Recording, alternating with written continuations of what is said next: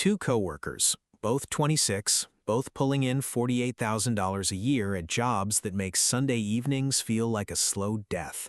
Same rent, same student loans, same streaming subscriptions, same everything on paper. Fast forward 38 years. One of them is 62, sitting on a porch they own outright, watching a brokerage account quietly display $580,000, like it's the most normal thing in the world. The other one is 65, still clocking in, staring at a retirement calculator on a Tuesday night, hoping the numbers will somehow rearrange themselves into something livable. Same income their entire careers, no inheritance, no lucky investment, no viral side hustle, just $150 a month, and one specific turning point around year 8 that almost nobody in personal finance ever stops to explain properly. My name is Mr. Invest. I've spent years trying to understand why one quiet autopay decision at 26 completely obliterates every version of "I'll start when I'm in a better place" that your brain will ever produce.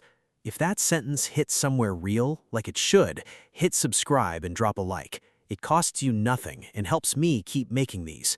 Now, let's get into why year 8 is the moment that separates the person on the porch from the person still working at 65. The math. Let's run the numbers first, because the numbers are what make people genuinely uncomfortable, and that discomfort is worth sitting with.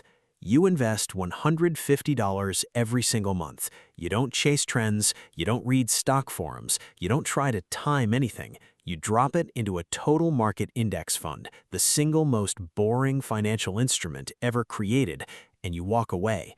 At a conservative 7% annual return, which is actually below the S&P 500's real historical average, here's what happens while you're just out there living your life. After 10 years, you've accumulated around $24,800. I know, I hear you already. A decade of consistency for under $25,000. Stay right here, because this is precisely the moment where most people bail, and bailing here is one of the most expensive decisions a person can make. After 20 years, $78,000.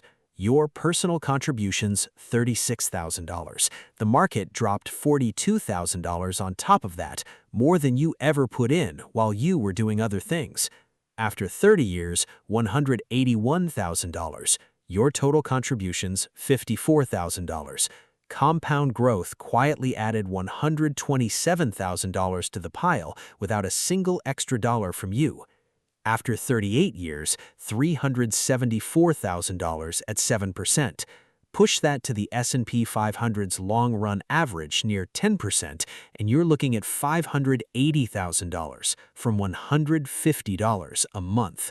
Your total lifetime contribution was under $69,000. The market supplied everything else. And yes, inflation is real. At a 7% inflation-adjusted real return, you're still looking at around $310,000 in today's purchasing power. Compare that to cash sitting idle, which loses over 60% of its value across the same 38 years. Choosing not to invest isn't the cautious option. It's a guaranteed, slow, invisible loss that never shows up dramatically enough for anyone to panic about until it's too late to fix. So if the math is this straightforward, and it genuinely is, none of this is complicated, why are the majority of people not doing it? The honest answer is that $150 feels insulting. It feels like the financial equivalent of showing up to a marathon in house slippers. Your brain looks at that number and decides it's not serious, not meaningful, not enough to bother with. So people wait. They wait for a raise, they wait for the right month, they wait for some internal signal that they're ready. A signal that, statistically speaking, never actually arrives. But waiting isn't neutral. Every month you delay is a month of compounding you permanently erase from your future. You cannot recover those months. There's no refund window, no catching up mechanism that actually works. They're gone. There's a well-documented behavioral pattern around this. Your first investment amount becomes a psychological reference point for every financial decision that follows. Stay at zero long enough, and zero stops feeling like a temporary starting point. It starts feeling like your identity. You don't become someone who hasn't started yet. you become someone who simply doesn't.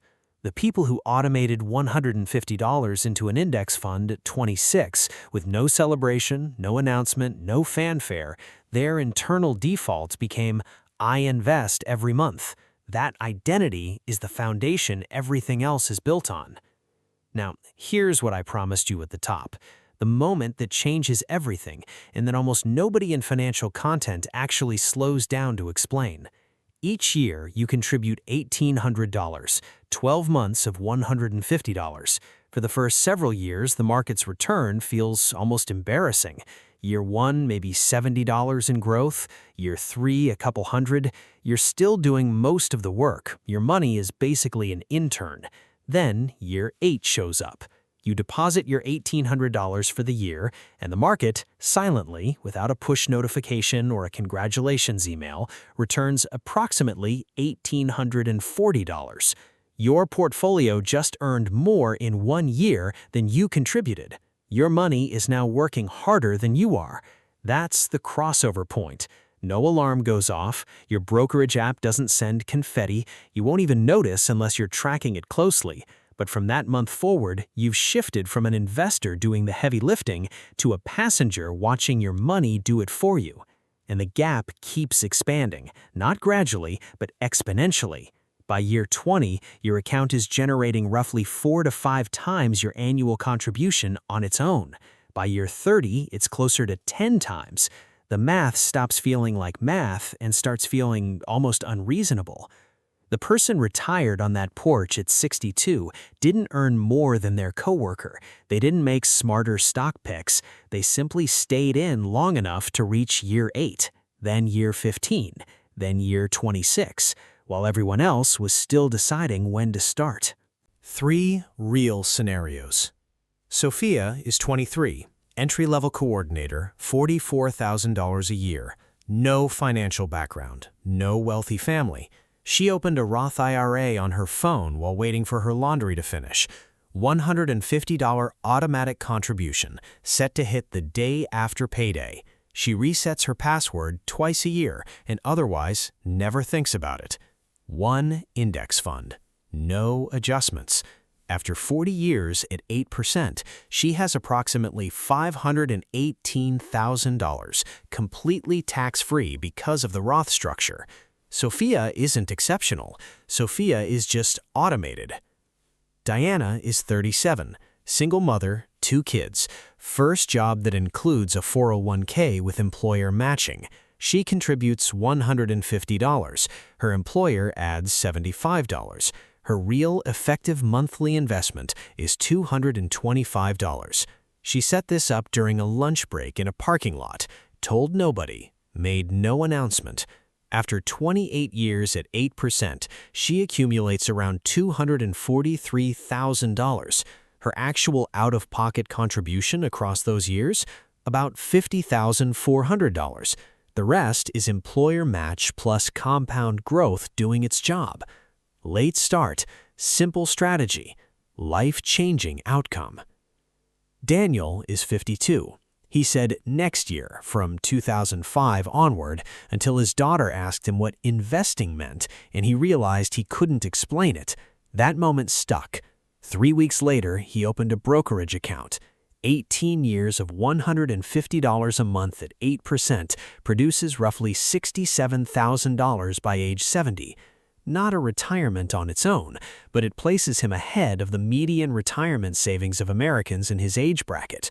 He started nearly 3 decades late on the most boring schedule imaginable. Late is not the same as done, not even close. The real shift. Here's what this is actually about, and it has very little to do with the dollar amount. When you start investing $150 a month, you cross a line that doesn't uncross itself.